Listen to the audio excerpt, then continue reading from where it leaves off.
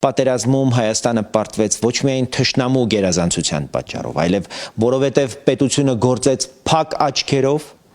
առանց իրական հետախուզական տվյալների, առանց արդիական, առանց ժամանակակից կառավարման եւ առանց ռազմավարական ստրատեգիական ինքնուրույնության։ Այս ամենից բխում է այն գլխավոր դասը, որը պետք է դառնա մեր պետականության ուղենիշը, մեր պետականության եւ մեր կյանքի, մեր ռազմաքաղաքական ամբողջ միջավայրի ուղեցույցը։ Հայաստանը չի կարող գոյատևել հին համակարգերի մեջ եւ հին դաշնակիցների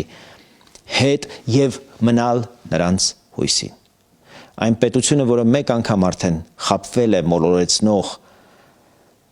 դաշնակցային այսպես կոչված աջակցության խոստումներով, իրավունք չունի նույն ջուրը մտնելու եւ նույն սխալը կրկնելու։